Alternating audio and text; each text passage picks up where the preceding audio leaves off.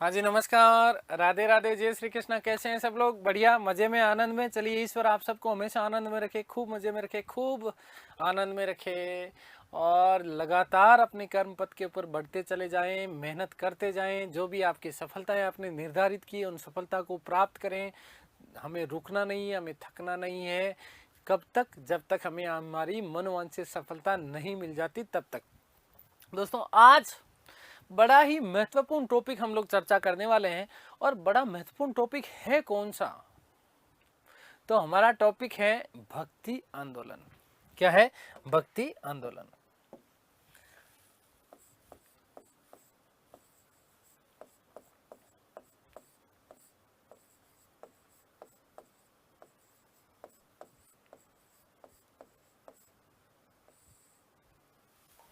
भक्ति आंदोलन क्या है? भक्ति आंदोलन क्या क्या चीजें हैं इसमें? भाई, भक्ति आंदोलन करने की जरूरत क्यों पड़ी? ठीक है, ईश्वर की मूर्ति पूजा, कर्मकांड, ये सारी की सारी चीजें चल रही थी, है ना? तो चल रहा था तो बढ़िया था ना, ईश्वर की प्राप्ति हो रही थी ना, तो भक्ति करने की कहां जरूरत पड़ी? क्यों? सबसे बड़ा प्रश्न ये उठता है कि भक्ति आंदोलन करने की जरूरत क्यों पड़ी? हम बाकी चीजें बाद में करेंगे, पहले बेसिक चीजों को हम समझने का प्रयत्न करेंगे कि भक्ति आंदोलन करने की जरूरत क्यों पड़ी। तो जहां पर वैदिक कर्मकांड की यदि हम बात करें या प्राचीन हिंदू धर्म की यदि हम बात करें, मैं केवल हिंदू धर्म की बात नहीं कर रहा, मैं समस्त धर्मों की बात कर रहा हूं, ठीक है ना?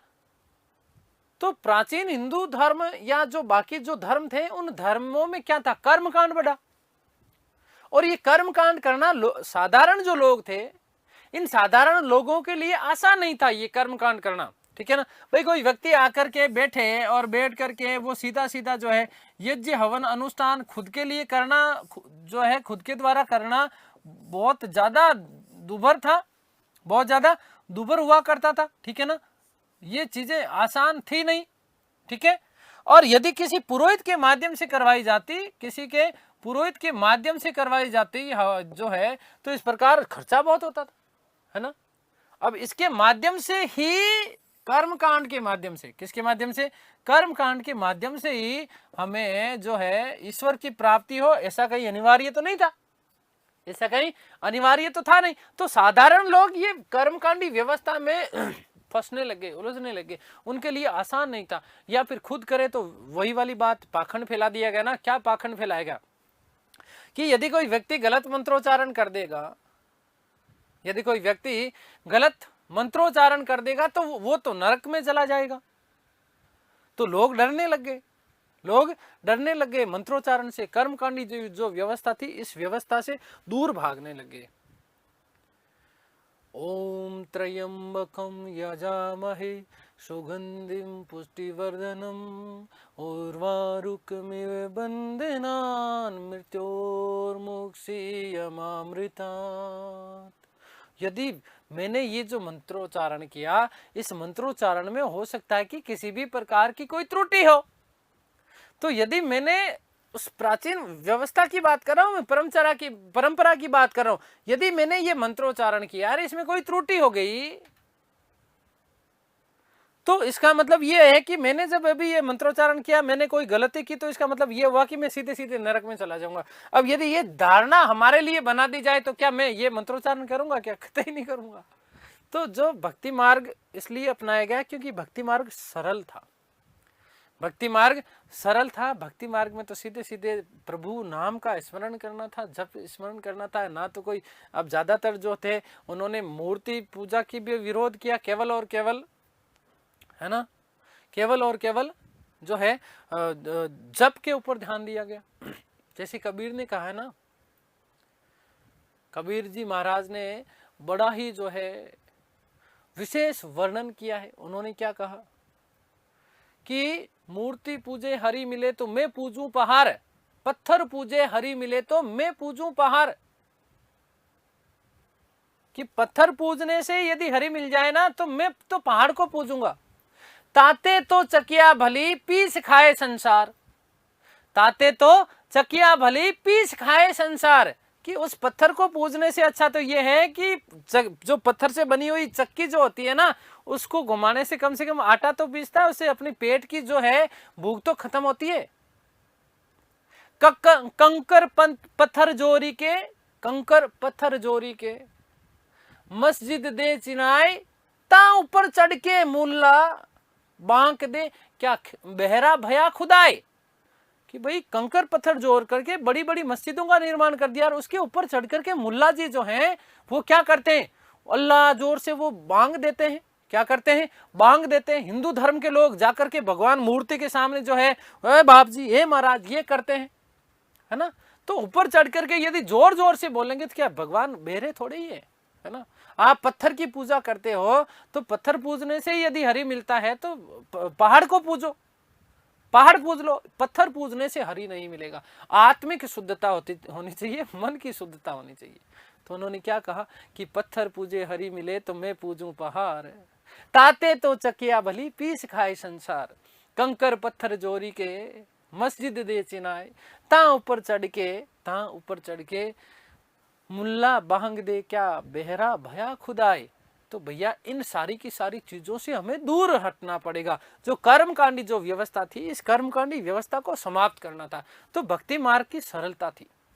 भक्ति मार्ग में क्या था, सरलता। केवल भाई मैं अल्लाह का स्मरण करूं, मैं ईश्वर का स्मरण करूं, मैं खुदा का जो है अपने हृदय के अंदर जो है उनका अंतर मन के अंदर ध्यान करूं, मैं ईश्वर का अंदर ध्यान करूं, मैं राम राम राम करूं, मैं हरि हरि करूं, मैं कृष्ण कृष्ण करूं, मैं राधे राधे करूं, मैं अल्लाह अल्लाह करूं, तो एक ही तो बात है। लेकिन क्या करूं, मन में करूं। आगे बात समझ में, तो ये ज्यादा आसान है, इससे ईश्वर को प्राप्त किया जा सकता है। मैं ईश्वर के प्रति कीर्तन करूं, मैं ईश्वर के प्रति क्या करूं, कीर्तन करूं, तो कीर्तन के माध्यम से, संकीर्तन के माध्यम से भी ईश्वर को प्राप्त किया जा सकता है। इस प्रकार की अवधारणाएं प्रस्तुत की गई ताकि ये वैदिक जो कर्मकांडी या प्राचीन भारत में हिंदू धर्म में, हिंदू संस्कृति में या जो अन्य धर्म थे वहां पर जो ये कर्मकांडी व्यवस्था थी, इस कर्मकांड को समाप्त कर दिया गया। ठीक है, तो देखो भक्ति मार्ग की सरलता थी। क्यों थी, क्योंकि प्राचीन हिंदू धर्म में कर्मकांड बढ़ा हुआ था, साधारण लोगों के लिए कर्मकांड आसान नहीं था और इसलिए उन्होंने भक्ति मार्ग को चुना। ठीक है, हम बात कर रहे हैं कि भक्ति आंदोलन क्यों करना पड़ा, भक्ति आंदोलन क्यों करना पड़ा, भक्ति आंदोलन क्यों, बड़ा महत्वपूर्ण प्रश्न आता है। तो भक्ति आंदोलन क्यों, तो पहली चीज मेरे पास में क्या आती है कि भक्ति मार्ग की सरलता, भक्ति मार्ग की भक्ति मार्ग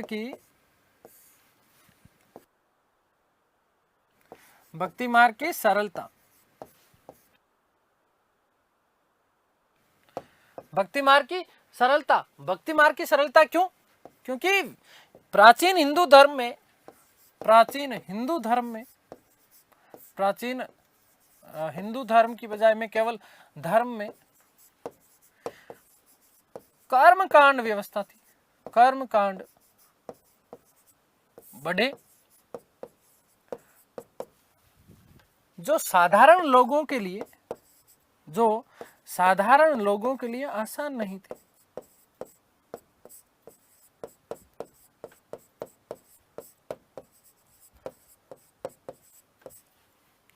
आसान नहीं थे।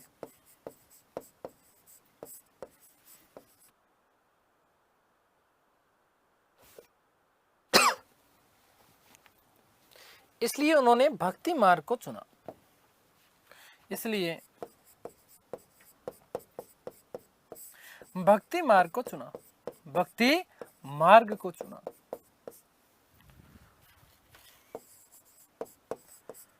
ठीक है, भक्ति के माध्यम से, हरि जप से, संकीर्तन के माध्यम से, क्या चीज है, संकीर्तन के माध्यम से, ये सारी की सारी चीजें हैं, ये सारी की सारी चीजें थी, ये इनके द्वारा अपनाई गई। चलिए, ये पहला कारण हुआ कि भक्ति आंदोलन करना क्यों पड़ा। दूसरी बात ये कि मुस्लिम आक्रमण, कौन से मुस्लिम आक्रमण। यदि दोस्तों हम बात करते हैं मध्यकालीन भारत की, तो मध्यकालीन भारत में अनेक मुस्लिम आक्रांताओं ने हिंदू मंदिरों को तोड़ा। बाहर से मुस्लिम आक्रांता आते थे और इन मुस्लिम आक्रांताओं ने आकर के हिंदू मंदिरों को तोड़ना प्रारंभ कर दिया। हम बात कर लेते हैं तुर्क आक्रमण के समय से ही, है ना भाई, गजनवी आया, गौरी आया, गुलाम वंश के शासकों ने हिंदू मंदिरों को तोड़ने का कार्य किया। ठीक है। अलाउद्दीन खिलजी ने खिलजी वंश में जो है हिंदू मंदिरों को तोड़ने का प्रयत्न किया। फिर यदि हम मुगल काल में बात करते हैं तो मुगल में केवल हम अकबर को छोड़ दें, है ना, मुगल काल में अकबर को यदि छोड़ दिया जाए तो बाकी लोगों के बारे में ये उल्लेख मिलता है कि उन्होंने हिंदू मंदिरों को तोड़ा। हिंदू मंदिरों को तोड़ा तो इसलिए होता क्या था भाई, मंदिर का निर्माण करने में बड़ा जो है खर्चा आता है ना, और फिर क्या जान माल दोनों की हानि होती थी। इसलिए उन्होंने देखो ये मध्यकालीन भारत के दौरान भक्ति आंदोलन मध्यकालीन भारत में हुआ तो कुछ विशेष रूप से, ठीक है। तो ध्यान रखना कि दूसरा सबसे बड़ा कारण क्या था, मुस्लिम आक्रमण। क्या है, मुस्लिम आक्रमण, क्योंकि मुस्लिम आक्रांता जो थे ये मुस्लिम आक्रांता हिंदू मंदिरों को तोड़ देते थे, हिंदू मंदिरों को तोड़ देते थे। धर्म हमेशा ठगता है ना। इस संसार में, इस सृष्टि में मानव धर्म से बड़ा बेटा कुछ नहीं होता, इसलिए मानव धर्म को मानना चाहिए, हमारा कोई धर्म नहीं होना चाहिए। तब ही एक राष्ट्र की अवधारणा सफल हो सकती है। हम युवा वर्ग की ये जो है सबसे बड़ी जिम्मेदारी होती है कि इन चीजों से ऊपर उठा जाए। अरे हमारे अंदर बहने वाला रक्त एक ही तो है, फिर हम किस आधार पर धर्म के पाखंडों पर, है ना, ऐसा करा तो ऐसा नहीं, ऐसा करा तो ऐसा नहीं। ईश्वर ने सबको मानव बनाया भैया। जब इस सृष्टि में आदि मानव की उत्पत्ति हुई तो वो धर्म को थोड़ी जानता था। ये सारी की सारी चीजें, ये कर्म कांड, ये धर्म व्यवस्था, ये वैदिक काल की देन है ना। वर्ण व्यवस्था, जटिल वर्ण व्यवस्था, अगली बात करेंगे, अगला पॉइंट 3 नंबर पॉइंट की बात करेंगे, जटिल वर्ण व्यवस्था। समाज के सभी वर्णों में समानता नहीं थी, है ना। क्या होता है शूद्र, क्या है, समझ में नहीं आया आज तक मुझे। स्वरूप हमारे पास में भी है, स्वरूप वो भी शूद्रों के पास में भी है, जो है क्या नाम रे, क्षत्रियों के पास में भी था, ब्राह्मणों के पास में भी था, सबके पास में था। लेकिन ये कर्मकांडी व्यवस्था ने, इन्होंने पूरे समाज को तोड़ने का प्रयास किया। जो मंदिर के जितना पास होता है भगवान उससे उतना ही दूर होते हैं। ये कथन बड़ा खतरनाक कथन है, आगे जब आधुनिक भारत की हम बात करेंगे तब मैं आपको ये कथन में और थोड़ी सी चर्चा करेंगे, है ना। तो ध्यान देना कि ये एक तो मुस्लिम आक्रमण, फिर क्या जटिल वर्ण व्यवस्था, समाज के सभी वर्णों में समानता नहीं थी, अस्पृश्यता वाली बात थी। और इसीलिए इन समस्त चीजों को समाप्त करने के लिए समन्वय की भावना जागृत हुई। और समन्वय की भावना किसमें जागृत हुई, न केवल हिंदू अपितु मुस्लिम जो लोग थे उन मुस्लिम लोगों में भी उस समय समन्वय की भावना जो है जागृत हुई। और इसी समन्वय की भावना जागृत करने के लिए एक समन्वय, एक कोऑर्डिनेशन बैठाना चाहते थे समाज में कि इन समस्त चीजों से ऊपर उठा जा सके, इन समस्त चीजों से ऊपर उठा जा सके। इसलिए जो है भक्ति आंदोलन करना अनिवार्य हो गया था। जो पाखंड फैला रखे थे लोगों ने, उस पाखंड से दूर करना चाहते थे। हम आगे बात करेंगे रामानुज की, हम बात करेंगे कबीर की, जिन्होंने कभी भी धर्म की अवधारणाओं से बाहर निकल के रहे हमेशा, ठीक है ना। तो धर्म मानव धर्म होना चाहिए, इससे बड़ा और कोई धर्म होता ही नहीं इस सृष्टि में। तो ये समन्वय की भावना जागृत हुई। देखो पहला कारण मैंने बताया कि भक्ति मार्ग की सरलता थी, दूसरा मैंने आपको बताया मुस्लिम आक्रमण, तीसरा कारण क्या, जटिल वर्ण व्यवस्था, और चौथा क्या, समन्वय की भावना जागृत हुई, ठीक है। नंबर दो क्या है, मुस्लिम आक्रमण। नंबर 2 क्या है, मुस्लिम आक्रमण, मुस्लिम आक्रमण। तो मुस्लिम आक्रमण क्या कि मध्यकालीन भारत के दौरान, मध्यकालीन भारत के दौरान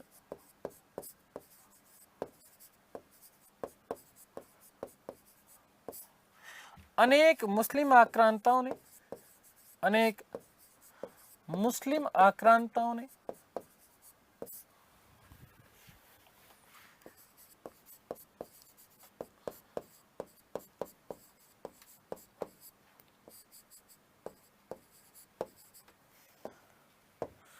भारत में हिंदू मंदिरों को तोड़ा। भारत में हिंदू मंदिरों को तोड़ा, हिंदू मंदिरों को तोड़ा। सोमनाथ मंदिर की हम बात करते हैं, गजनवी ने आक्रमण किया, ठीक है, 25वां आक्रमण माना जाता है। किस तरीके से बुरी तरीके से सोमनाथ मंदिर को लूट लिया गया है। और भी कई उदाहरण मिलते हैं इस इतिहास में। औरंगजेब ने किस प्रकार से तहस ने सत्यानाश कर दिया। कुतुबुद्दीन ऐबक अजमेर में 2.5 दिन का झोंपड़ा। तो खैर उदाहरण बहुत हैं चीजें। तो ध्यान देना कि भारत में हिंदू मंदिरों को तोड़ा, मंदिरों को तोड़ा, ठीक है। नंबर 3, जटिल वर्ण व्यवस्था, जटिल वर्ण व्यवस्था।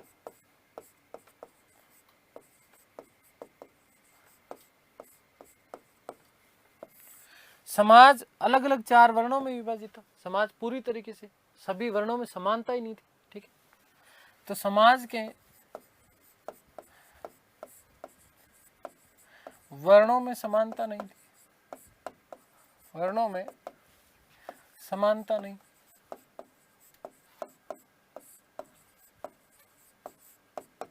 ठीक है, अस्पृश्यता थी।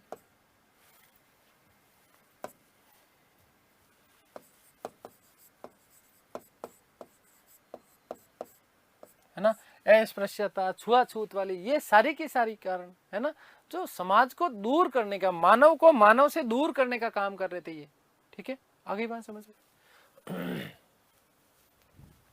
फिर नंबर 4, नंबर 4 सबसे बड़ी बात, ध्यान से सुनना। नंबर 4 मैंने कहा क्या भाई, अब इस स्थिति में जब बाहर से मुस्लिम आक्रांता भी आक्रमण कर रहे हैं, समाज में जो है सही तरीके से समाज का कोऑर्डिनेशन नहीं है, जो है ऊपर नीच वाली अस्पृश्यता वाली चीजें, ये सारी की सारी चीजें हैं। तो यहाँ हिंदू और मुस्लिम विशेष रूप से दोनों बड़े समुदाय इस भारत के, ठीक है, ये दोनों के दोनों समुदाय इन चीजों से दुखी हो चुके थे। इसलिए हिंदू और मुस्लिम आपसी जो है समन्वय स्थापित करना चाहते थे। ऐसा उल्लेख किया डॉक्टर ताराचंद और यूसुफ हुसैन नामक इतिहासकार इस चीज का उल्लेख करते हैं। क्या कहते हैं कि समन्वय की भावना जागृत हुई और इसी के कारण जो है हिंदू प्रवृत्ति में तो भक्ति आंदोलन नाम दे दिया उसको, और दूसरी तरफ यदि मुस्लिम समुदाय मुस्लिम प्रवृत्ति में हम बात करेंगे तो सूफी आंदोलन, क्या चीज है, सूफी आंदोलन, सूफी सफा बात करेंगे सारी, ठीक है ना। आगे बात समझ क्लियर है। तो ये चीजें ध्यान रखना। इसका समर्थन किया 2 इतिहासकार, बड़े इतिहासकार हुए हैं भारत के, जैसे हम बात करेंगे डॉक्टर ताराचंद और डॉक्टर यूसुफ हुसैन, ठीक है ना।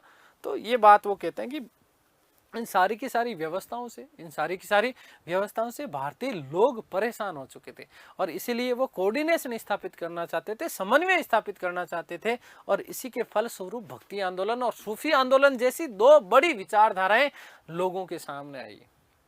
इस प्रकार का कार्य हालांकि करने का प्रयास प्राचीन भारत में भी किया गया। जब जैन धर्म और बौद्ध धर्म की हम लोग बात करते हैं तो वैदिक कर्मकांडी, जो ये अस्पृश्यता वाली, जो ऊंच नीच वाली वर्ण व्यवस्था हम बात करते हैं, प्राचीन भारत में धर्म सुधार आंदोलन की यही तो कारण है भाई, यही तो कारण है ना उनके भी वहीं, क्योंकि वैदिक कर्मकांडी व्यवस्था को तो वो कहीं ना कहीं जब जैन बौद्ध का एक तरीके से पतन हो गया है ना, तो लोग वापस उस तरफ भटक गए थे। तो इस भटके हुए लोगों को वापस सुधारना सही था, अनिवार्य था, इसलिए भक्ति आंदोलन।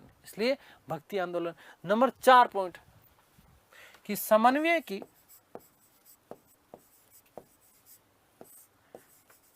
भावना का जागृत होना, भावना जागृत होना।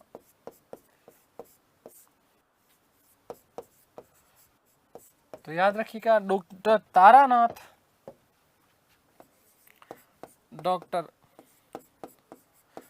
तारानाथ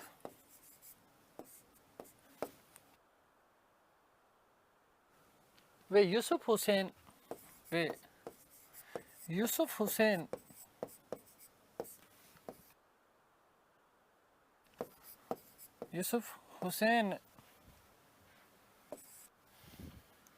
के अनुसार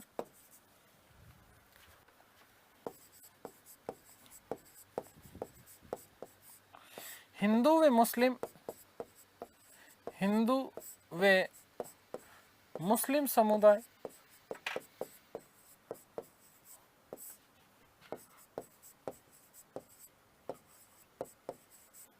आपस में आपसी समन्वय स्थापित करना चाहते थे, आपसी समन्वय स्थापित करना चाहते थे, स्थापित करना चाहते थे।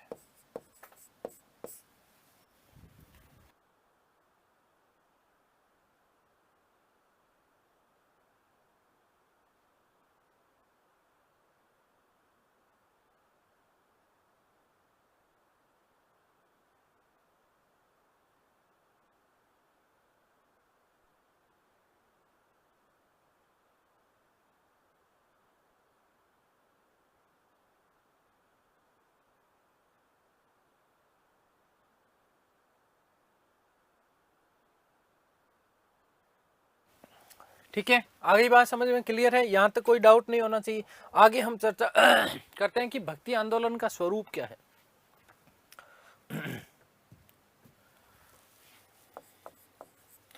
भक्ति आंदोलन का स्वरूप, महत्वपूर्ण प्रश्न बनता है, यहां से ध्यान दीजिएगा। भक्ति आंदोलन का स्वरूप, भक्ति आंदोलन का स्वरूप क्या है?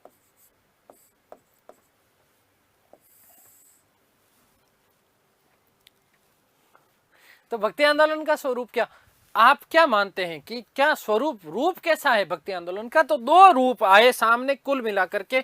एक पहला निर्गुण, और निर्गुण बोले तो क्या, निर्गुण निराकार।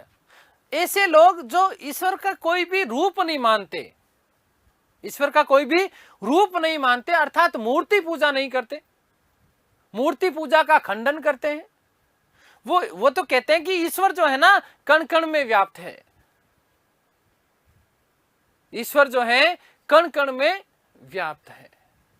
पाखंड करने की जरूरत नहीं है, पूजा करने की, मूर्ति पूजा करने की जरूरत नहीं है। आप ईश्वर को मन में रखिए, आप कण कण में ईश्वर विराजमान है, ईश्वर को जो है कण कण में मानते हैं। मूर्ति पूजा आडंबर युक्त भक्ति नहीं होनी चाहिए इस विचारधारा के लोग। जैसे हम बात करें निर्गुण निराकार की जो भक्ति करने वाले सबसे लोकप्रिय संतों में हम बात करते हैं तो कबीरदास जी। मैंने कहा ना अभी थोड़ी देर पहले आपको कथन बताया था, कौन सा, पत्थर वाला, कि पत्थर पूजे हरि मिले तो मैं पूजूं पहाड़।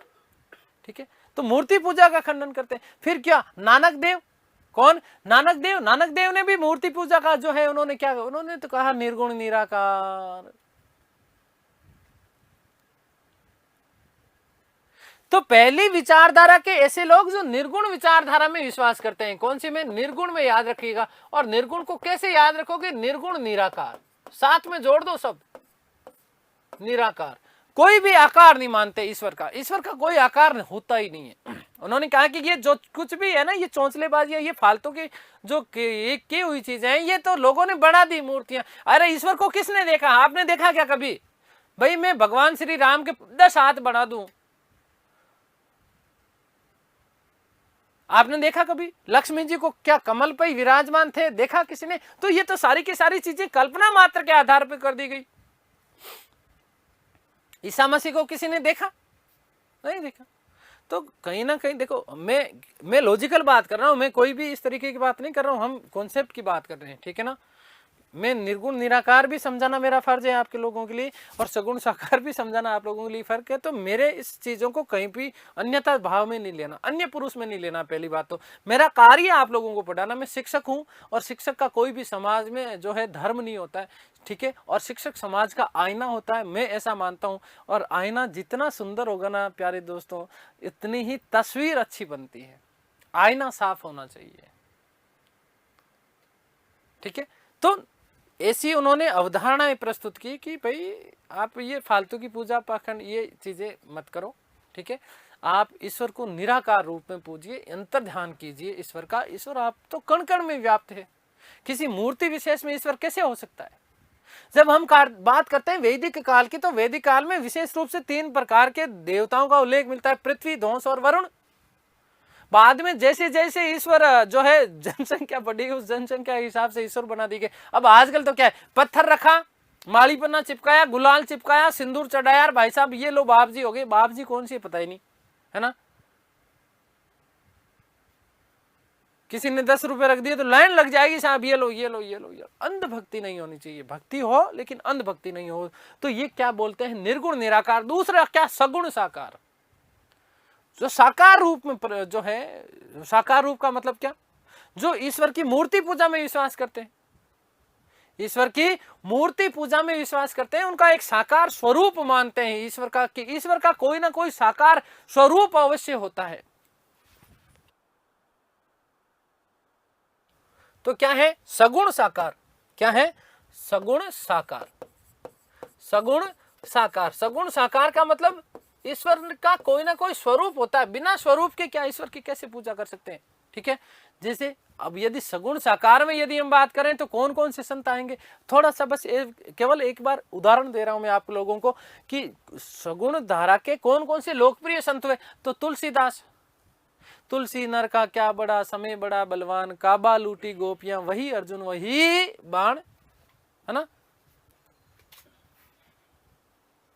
ठीक है, तो ध्यान से सुनना, तुलसीदास, फिर सूरदास जी, कौन, सूरदास जी, वल्लभाचार्य, मीरा जी, चैतन्य महाप्रभु, है ना। हालांकि चैतन्य महाप्रभु ने थोड़ी सी विचारधारा अलग अपनाई, चैतन्य महाप्रभु ने जो है वस्तुतः थोड़ा कीर्तन के माध्यम से, लेकिन वो सगुण साकार की पूजा करते थे।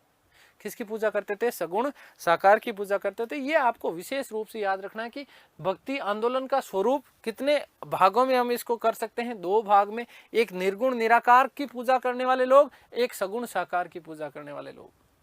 ठीक है, वो कहते हैं कि ईश्वर बिना रूप के कभी ईश्वर को पूजा जा सकता है क्या। जब आप लड्डू गोपाल को देखते हो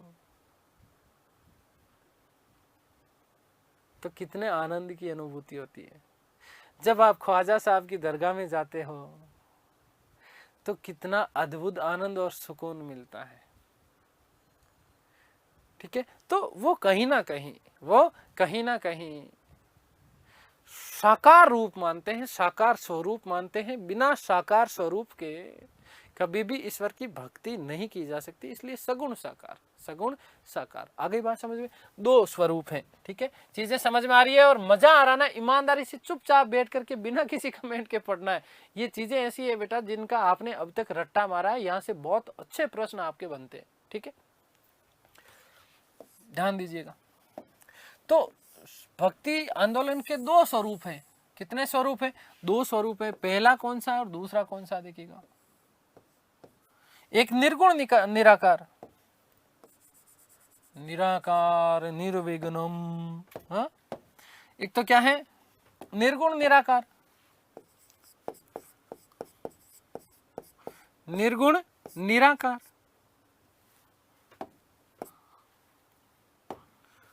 निर्गुण निराकार, निराकार, जिसका कोई आकार नहीं हो ना। तो देखो ध्यान से सुनना कि मूर्ति पूजा का खंडन करने वाले लोग, मूर्ति पूजा का खंडन करने वाले लोग, खंडन करने वाले लोग,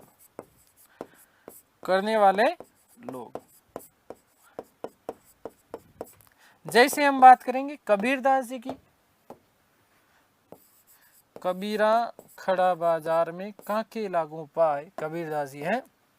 बलिहारी गुरु आपने जो गोविंद दियो मिलाए। ठीक है, तो कबीरदास जी, कौन, कबीरदास जी। और फिर हम बात करेंगे किसकी, गुरु नानक की। हम बात करेंगे किसकी, गुरु नानक देव। ठीक है, आगे बात समझ में। फिर दूसरी विचारधारा वाले लोग कौन से, दूसरी विचारधारा वाले लोग सगुण साकार, सगुण और सगुण क्या, साकार, सगुण साकार। सगुण साकार बोले तो क्या, मूर्ति पूजा में विश्वास रखते थे, मूर्ति पूजा में विश्वास रखने वाले लोग।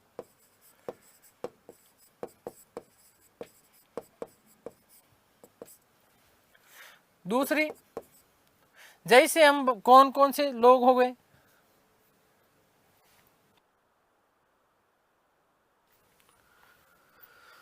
तो जैसे तुलसीदास, जैसे तुलसीदास जी,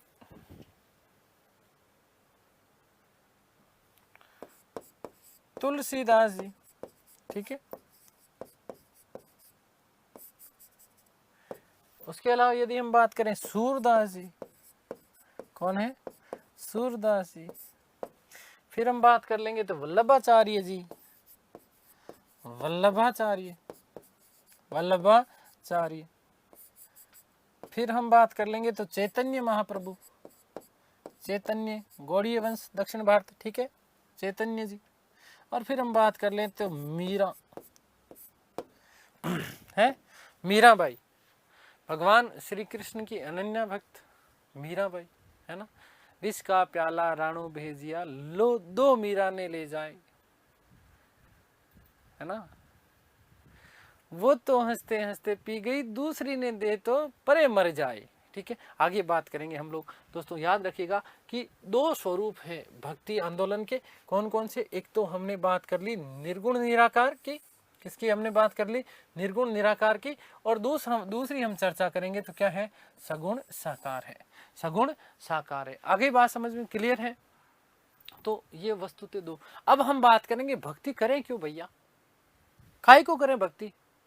कहीं जैसी भाई कि जो भक्ति करनी पड़े हमें, भक्ति करें क्यों? तो भक्ति क्यों की जाए? तो प्राचीन दर्शन जो है, भारतीय प्राचीन दर्शन है, ये भारतीय प्राचीन दर्शन क्या बोलता है कि भक्ति करने से आपको मोक्ष की प्राप्ति होगी। भक्ति करने से आपको क्या होगी? मोक्ष की प्राप्ति होगी। देखिएगा, ध्यान देना, बोर्ड पे होना चाहिए ध्यान कि भक्ति क्यों करें, क्यों करें भाई, कारण क्यों है, क्या कारण था भक्ति करने का, ठीक है। तो प्राचीन दर्शन क्या बोलता है? प्राचीन दर्शन के अनुसार, प्राचीन दर्शन के अनुसार, प्राचीन दर्शन के अनुसार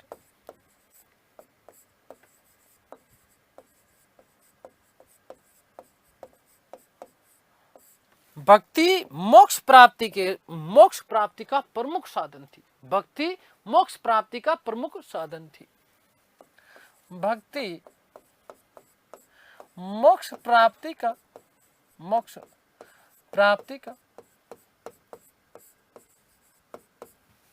प्रमुख साधन थी, प्रमुख साधन थी।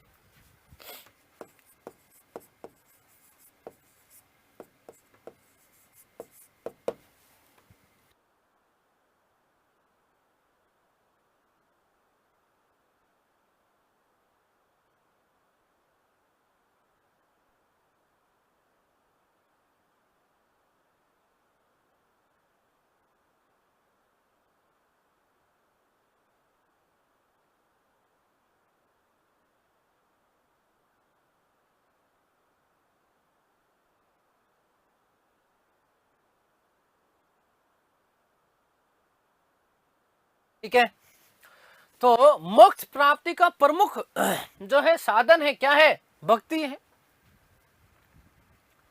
भाई। भक्ति से आप क्या कर सकते हैं?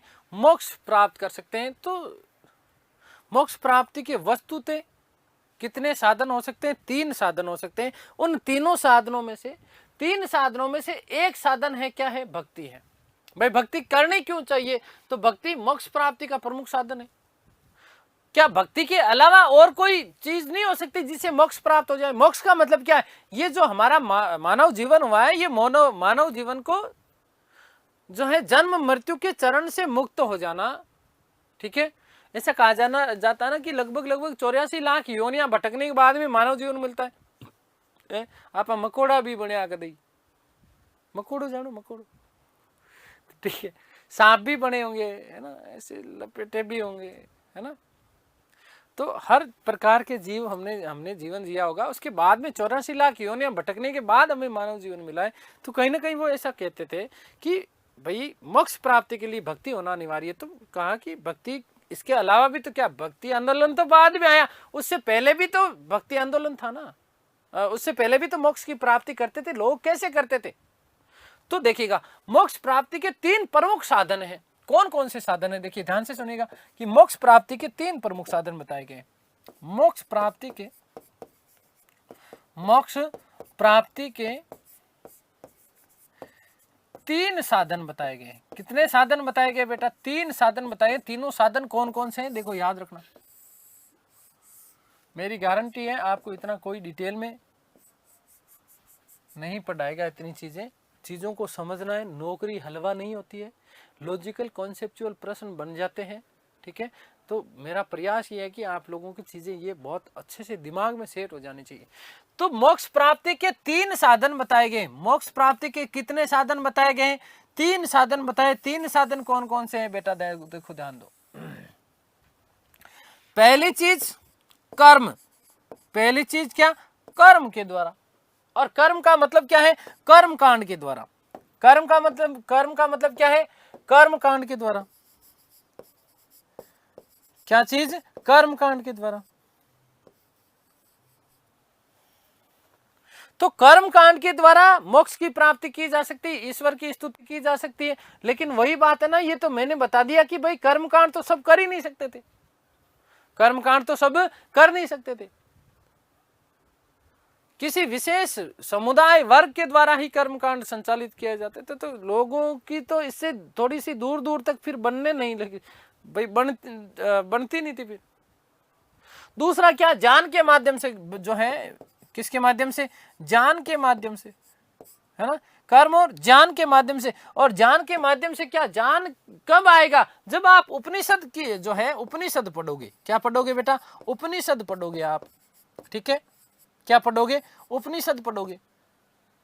और आप दूसरा क्या चीज? आप जब वेद पढ़ोगे, दूसरी आप क्या चीज पढ़ोगे? आप वेद पढ़ोगे। सेकंड चीज क्या है? उपनिषद और वेद का जब आप अध्ययन कर लोगे, है ना, तो वहां पर ज्ञान की आपको प्राप्ति हो जाएगी। लेकिन वेदों में भी वैदिक ऋग्वेदिक काल तक तो मामला ठीक था। उत्तरवेदिक काल में चीजें अलग हो गई। उत्तरवेदिक काल में फिर उपनिषद जो है, उपनिषदों की रचना की गई, है ना। उपनिषद वेदों की तार्किक व्याख्या के लिए एक तरीके से, क्योंकि वेदों का अंत हो जाता है उपनिषदों के साथ, इसीलिए उपनिषदों को क्या कहा गया है? वेदांत कहा गया है। लेकिन उत्तरवेद वेदों में भी कहीं पर भी ये चीजें कहीं नहीं लिखी गई है। देखो मैं फिर कह रहा हूं, मेरा कोई धर्म नहीं है, मेरा मानव धर्म है, समझाना आपको फर्ज है। मैं उस फर्ज को पूरा कर रहा हूं। क्या कहीं पर भी ये लिखा हुआ है कि ऐसा करने से? मैं हिंदू धर्म की बात नहीं कर रहा हूं, मैं मुस्लिम धर्म की बात नहीं कर रहा हूं, मैं किसी पर्टिकुलर धर्म की बात नहीं कर रहा हूं। क्या कहीं पर भी कोई से भी धर्म में ऐसा लिखा हुआ है कि शिवरात्रि के दिन आप यदि भांग पीते हो, होली के दिन जो है गुल्फा मारते हो, सुट्टा मारते हो, तो जो है भगवान जो शिव प्रसन्न हो जाएंगे? क्या किसी जीव की हत्या करके क्या किसी ईश्वर को प्रसन्न किया जा सकता? नहीं किया जा सकता भैया। क्या वैदिक कर्म कांड करोगे तो हाँ आपको ईश्वर की प्राप्ति हो सकती? नहीं मिल सकती। अरे भाई मुंडकोपनिषद में तो इतना तक कह दिया कि यज्ञ जो है वो जीवन को डुबाने वाली नौका के समान है। यज्ञ जो है क्या है? जीवन को डुबाने वाली नौका के समान है। तो इसलिए कहीं ना कहीं ये चीजें आसान नहीं थी, सरल चीजें नहीं थी। ठीक है, उपनिषद हमने बताए थे आपको। मैंने कहा कि उपनिषदों की कुल संख्या 12, प्रमुख माफ कीजिएगा, कुल संख्या 108, जबकि प्रमुख उपनिषद कितने होते हैं? 12। ईस कट केन प्रश्न मांडक मांडू की एतरे तेतरे के कौशिकी की श्वेता श्वेतवसर वेदांत और छांदोग्य, है ना। ये 12 कुल प्रमुख उपनिषद, कुल उपनिषदों की संख्या 108। तो वेद में वैदिक काल तक तो मामला चीज ठीक थी, लेकिन उत्तरवेदिक काल में तो कर्मकांडी व्यवस्था बढ़ी, कर्मकांडी व्यवस्था बढ़ी। आगे बात समझ क्लियर है? तो इन चीजों से ईश्वर की भक्ति करना, ठीक है, ये ठीक नहीं था और ये बहुत जटिल प्रक्रियाएं थी। तो सबसे इजी मार्ग क्या कि ईश्वर की भाई जो है हमें मोक्ष प्राप्त हो जाए, तो मोक्ष प्राप्त करने के लिए क्या की जाए? आपको भक्ति की जानी चाहिए।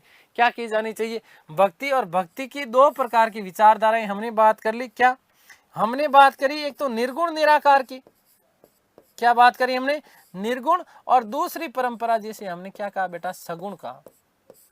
हमने निर्गुण की बात की और सगुण की बात करी, है ना। और निर्गुण सगुण दोनों ही एक बात के ऊपर तो सहमत थे। क्या? कि कीर्तन कर सकते हैं।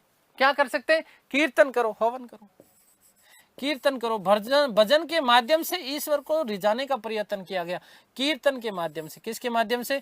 कीर्तन के माध्यम से। इस चीज के ऊपर सहमत है, क्योंकि हिंदू धर्म में भी कीर्तन को जगह दी गई है। और वहीं दूसरी यदि हम बात करें, दूसरी बात किसकी करें बेटा? दूसरी यदि मुस्लिम समुदाय की बात करते हैं तो वो हम जब सूफी आंदोलन की मैं चर्चा करूंगा तो तब आपको बताऊंगा मैं समा और फना। क्योंकि मुस्लिम समुदाय में ईश्वर और शिष्य, ईश्वर और उसके भक्त का जो रिलेशन है वो प्रेमी और प्रेमिका के रूप में है, प्रेमी और प्रेमिका के रूप में है। आगे बात समझ में? ईश्वर को प्रेमिका के रूप में मानते हैं, उसको रिझाने के लिए वो क्या कहते हैं? गाते हैं, समा गाते हैं, समा कव्वाली, है ना। इसके माध्यम से ईश्वर को रिझाने का प्रयत्न किया जाता है, प्रयास किया जाता है। और फिर जब ईश्वर रिझ जाता है, खुश हो जाता है, प्रसन्न हो जाता है, तो उसमें फना हो जाते हैं। चांद सिफारिश जो करता तुम्हारी, हो जाऊं फना। ठीक है, तो दोस्तों क्या हो जाता? फना होना। फना होना का मतलब क्या? आत्मा का परमात्मा में विलीन हो जाना। और यहां इसी आत्मा का परमात्मा में विलीन होना का हमने नाम दे दिया मोक्ष।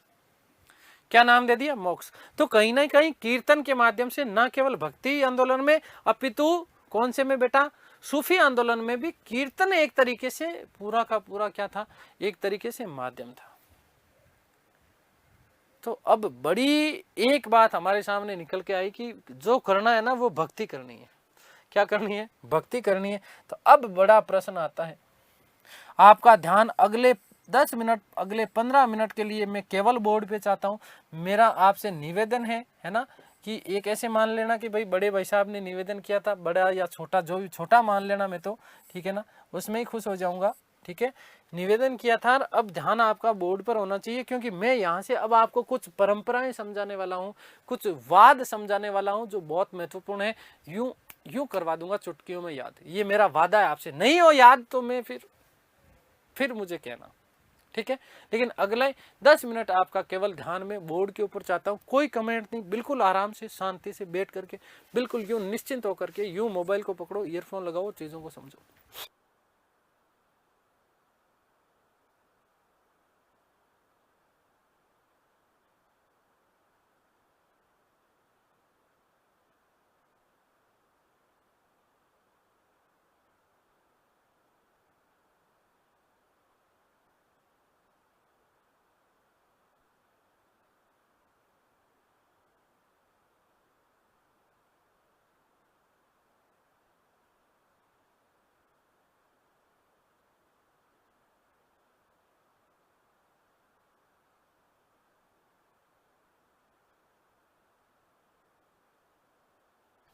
चलिए अब समझो, ध्यान बोर्ड के ऊपर चाहता हूं।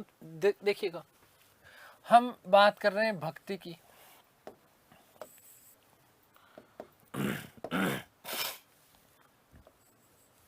हम बात कर रहे हैं किसकी? भक्ति की बात कर रहे हैं। बड़ी खतरनाक वाली बात कर रहे हैं, भक्ति की। ठीक है, तो अब ये प्रश्न उठता है कि भक्ति करेगा कौन? पहला प्रश्न आता है आपका, और पहला प्रश्न ये आता है कि भक्ति कौन करेगा? भक्ति कौन करे?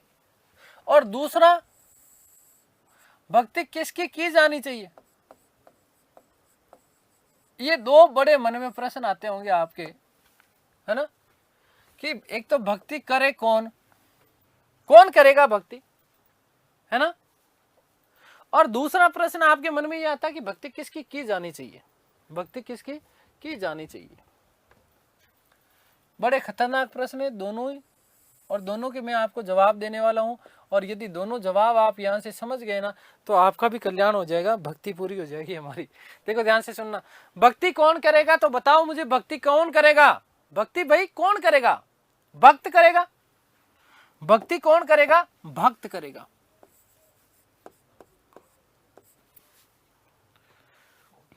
भक्ति कौन करेगा? भक्त करेगा। आपने सुना है ना कि एक तो सृष्टि होता है, एक सृष्टा होता है। सृष्टा का मतलब जो निर्माता, निर्माता हम किसको मानते हैं? ईश्वर को।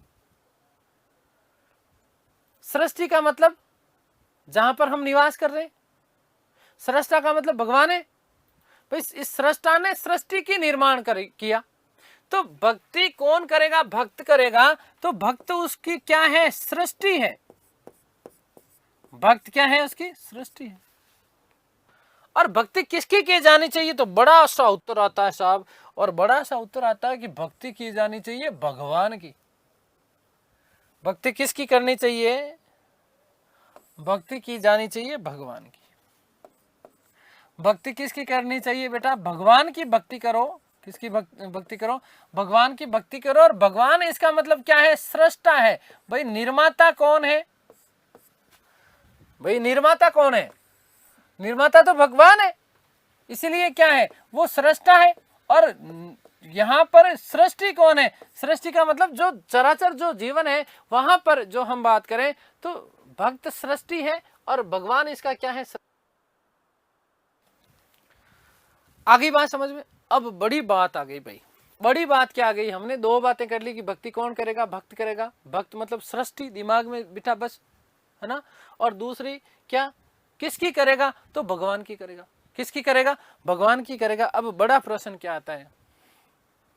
बड़ा प्रश्न क्या आता है? अब मैं आपका अटेंशन चाहता हूं और आपसे जवाब भी चाहता हूं। बड़ा प्रश्न मेरे पास में ये आया कि भगवान की भक्ति कर तो लेंगे, लेकिन भगवान है कहां?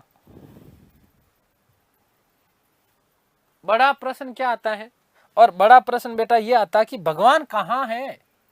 भाई भगवान की हम भक्ति करेंगे, ठीक है, लेकिन बहुत ही मोटा प्रश्न है कि भगवान कहां है? भगवान को किसी ने देखा है क्या?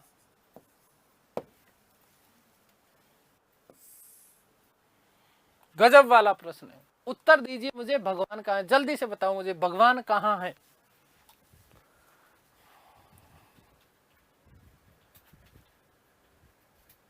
भगवान कहां है? मेरा ये साधारण सा प्रश्न है। हमने कहा कि भक्ति करेगा कौन करेगा? भक्त करेगा, ठीक है, मान लिया सब। भक्ति किसकी की जानी चाहिए? भगवान की करनी चाहिए, ईश्वर की करनी चाहिए, अल्लाह की करनी चाहिए। रूप एक ही है, नाम एक ही है। अब वो ठीक है, हमने अलग अलग कर दिया। तो मेरा आपसे ये प्रश्न है कि भगवान कहां है? मुझे इतना सा बता दो, भगवान कहां पर है? ये बड़ा महत्वपूर्ण प्रश्न है आपका। भगवान कहां पर है? कहां है भगवान? देखा है किसी ने? हाँ, देखा है क्या? देखो, कुछ लोग कह रहे हैं कि भगवान तो कण कण में है। भगवान कण कण में, आप जो कहोगे ना मैं वो लिख दूंगा सामने। अच्छा, भगवान मंदिर में है, भगवान कण कण में है, और भगवान कहां पर है? मंदिर में है। चलो ठीक है, दो चीजें मेरे सामने आई। क्या चीजें आई बेटा? देखो ध्यान देना। आपने जो कहा वो मैंने मान लिया, और आपने जो कहा मैं उसी चीज को सामने लिख रहा हूं। ध्यान देना। आप में से कुछ लोगों को आया कि भगवान साहब कण कण में है। भगवान कहां पर है? कण कण में है।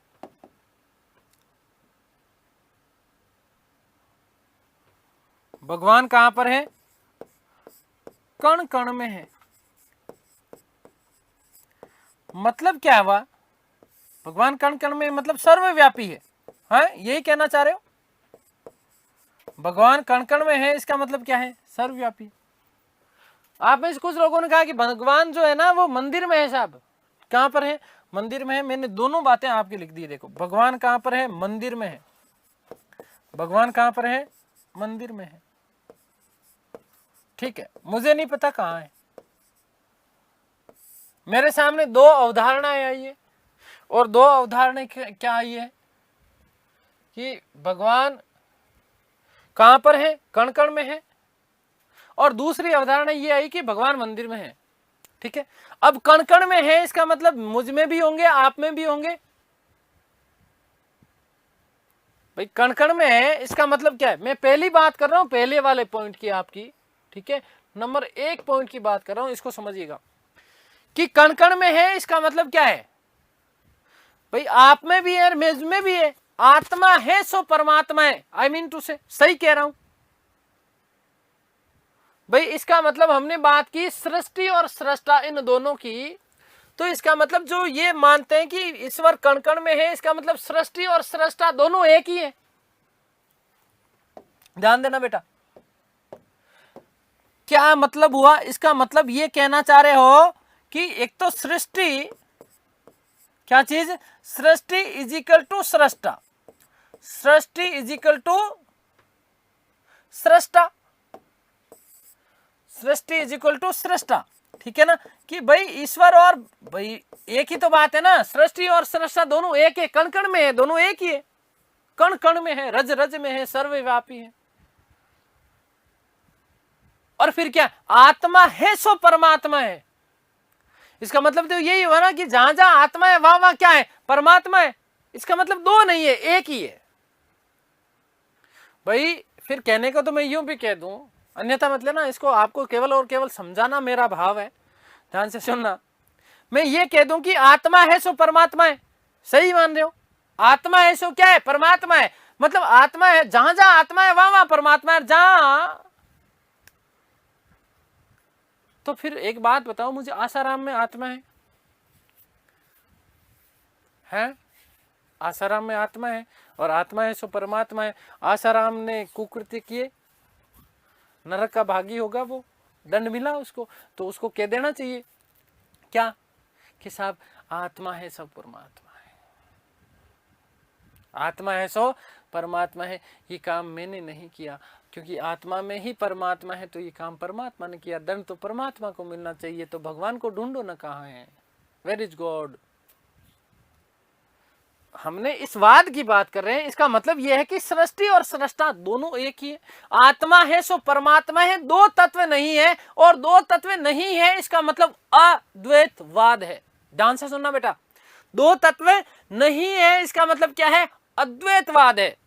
अद्वैतवाद, अ शब्द जहां पर भी लग जाता है उसका मतलब नेगेटिव सेंस में जाता है। अद्वैतवाद, अ का मतलब क्या? नहीं है, द्वैत का मतलब क्या? दो, वाद, दो तत्व नहीं है, इसका मतलब इसको क्या कह दिया गया? अद्वैतवाद कह दिया गया। ईश्वर कण कण में है, सृष्टि और सृष्टा दोनों है, एक है, आत्मा है सो परमात्मा है, आत्मा इज इक्वल टू परमात्मा, आत्मा इज इक्वल टू बेटा क्या है? परमात्मा है। आत्मा और परमात्मा दोनों के दोनों क्या है? एक ही है, एक ही है। तो इसका मतलब क्या हुआ? इसका मतलब ये हुआ कि दो तत्व नहीं है। ध्यान देना बेटा, इसका मतलब क्या है? दो तत्व नहीं है। कितने तत्व नहीं है? दो तत्व नहीं है, दो तत्व नहीं है, और दो तत्व नहीं है तो इसका मतलब क्या है? इसी वाद को हमने नाम दिया, इसे हम क्या कहते हैं? अद्वैतवाद बोलते हैं।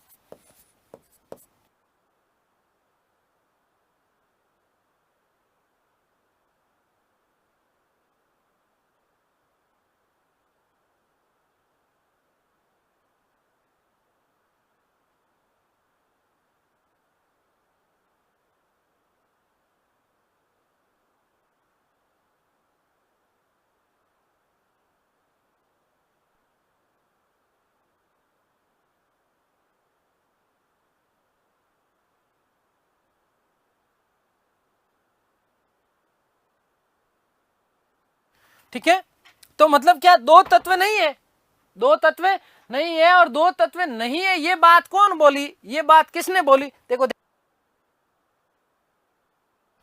ये बात कही किसने? शंकराचार्य ने। ये बात, अद्वैतवाद का मत देने वाले व्यक्ति कौन थे? शंकराचार्य। वेरी मोस्ट इंपोर्टेंट प्रश्न बनता है बेटा, ध्यान देना। अद्वैतवाद, अद्वैतवाद किसने दिया? शंकराचार्य ने। किसने दिया? शंकराचार्य ने। आगे बात समझ में क्लियर है ना?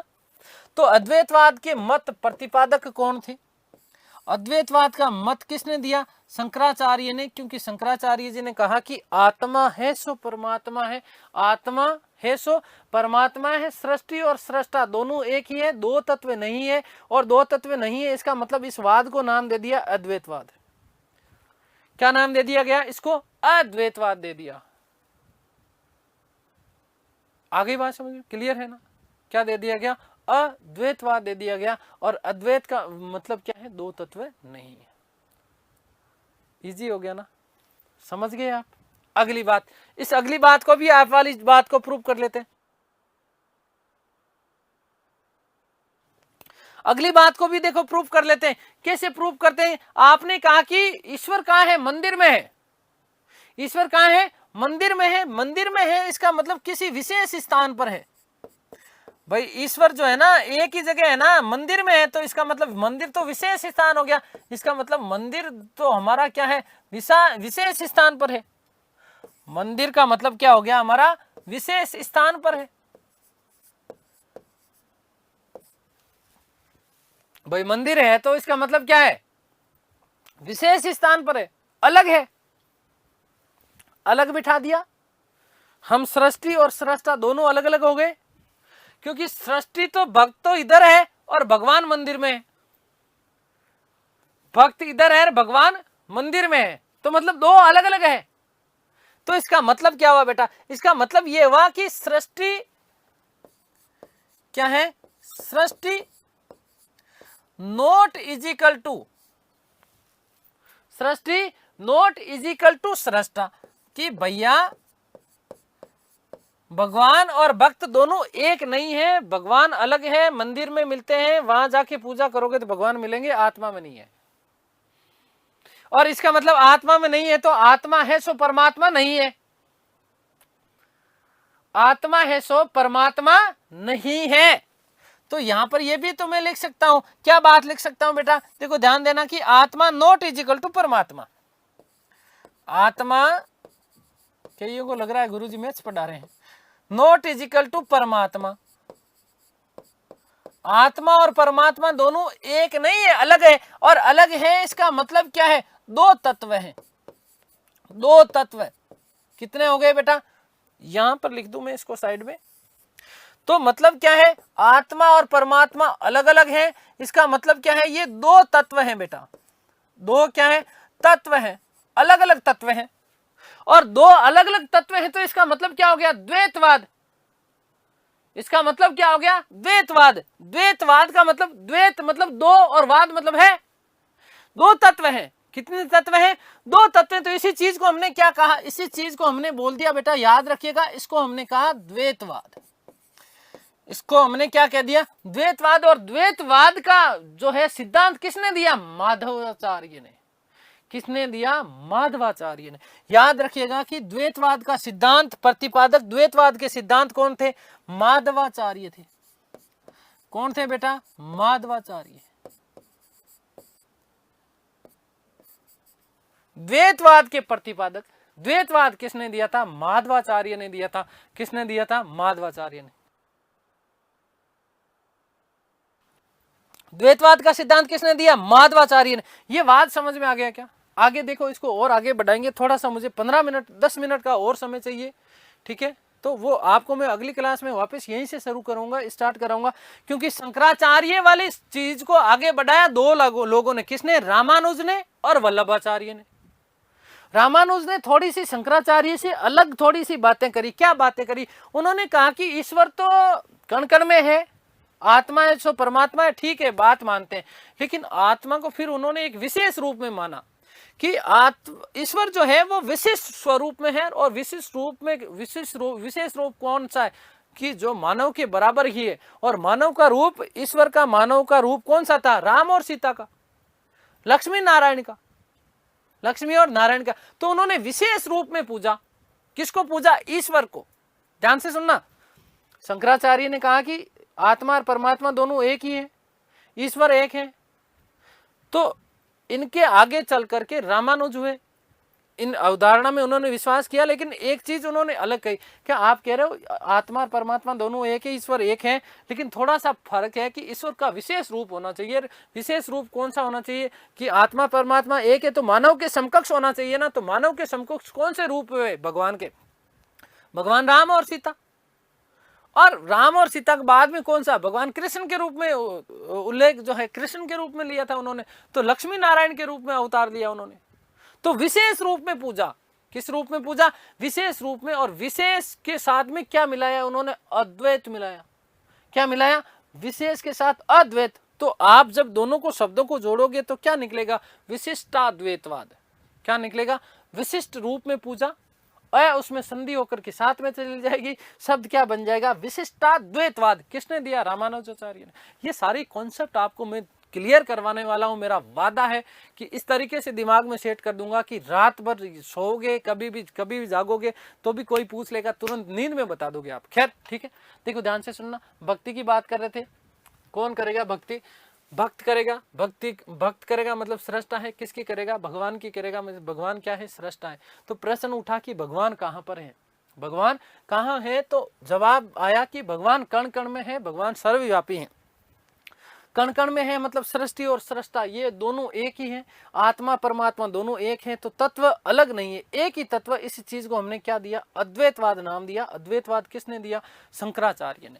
फिर हमने बात की कि भगवान कहां पर है, तो कहा कि मंदिर में है। तो मंदिर मतलब विशेष स्थान है, मतलब सृष्टि और सृष्टा अलग अलग है। भाई सृष्टि तो इधर है भक्त, और सृष्टा अलग है, ठीक है ना, क्योंकि मानव इधर हो गया और भगवान अंदर मंदिर में है विशेष रूप से, तो विशेष स्थान पर है। सृष्टि और सृष्टा दोनों एक नहीं है, आत्मा परमात्मा भी एक नहीं होंगे। इसका मतलब दो तत्व हैं। दो तत्वों को हमने क्या कहा? द्वैतवाद। और द्वैतवाद किसने दिया? माधवाचार्य। ये सीधे सीधे प्रश्न आते हैं आपके। उम्मीद करता हूँ सारी चीजें आप लोगों को समझ में आई होगी। ईश्वर से प्रार्थना करता हूँ कि आप सब स्वस्थ रहें, मस्त रहें, तंदुरुस्त रहें, आह्लादित रहें, प्रसन्नचित रहें, और इस सृष्टि की संपूर्ण खुशियाँ आपको और आपके परिवार को मिले। आप लोगों को जल्द से जल्द सफलता मिले, ये मेरी मनोकामनाएं हैं। मिलते हैं अगली क्लास में, तब तक के लिए सभी को धन्यवाद, नमस्कार, थैंक यू सो मच।